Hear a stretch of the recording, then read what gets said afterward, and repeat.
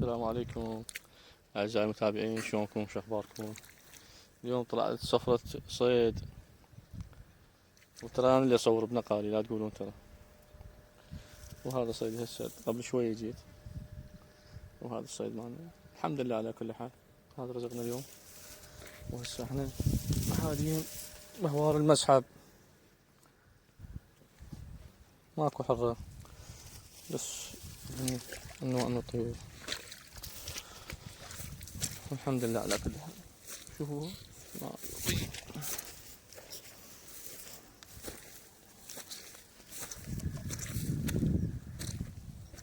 هذا الفيديو اليوم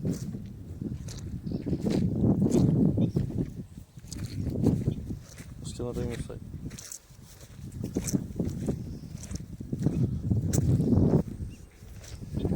شوفوا الأجواء شلون حلوة، أجواء الفوضى.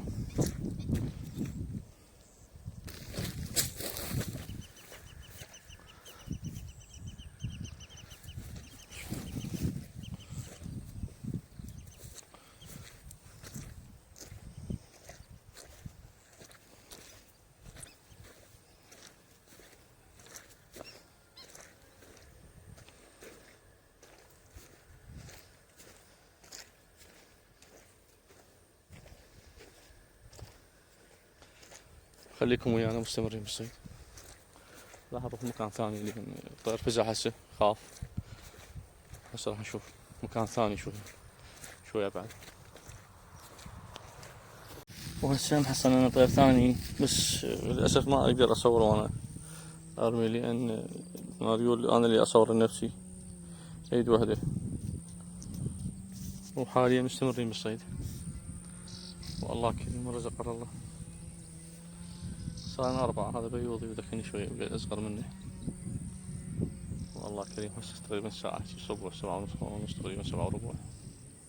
والله كريم مستمرين وياكم. تابعونا أعزائي المشاهدين. شوفوا الأجواء شلون حلوة، مناظر طبيعية بعيدا عن أجواء المدن والازدحامات.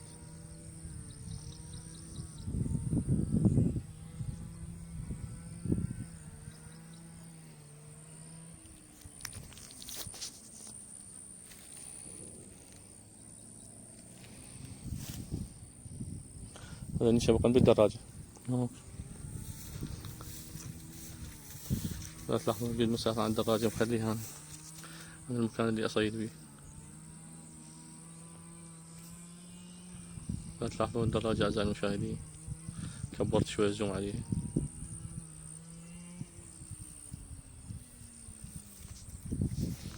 مستمرين والله كريم.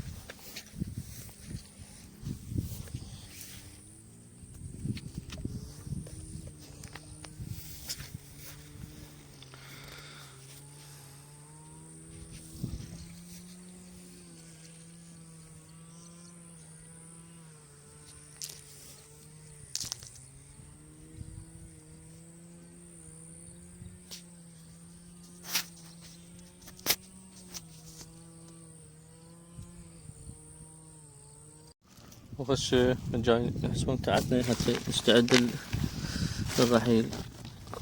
هاي 4 طيارات.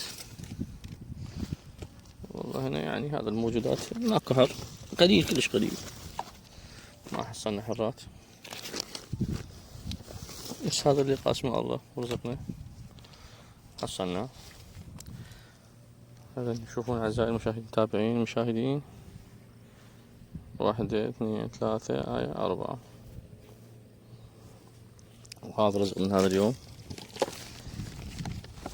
شوف شلون طلع لنا.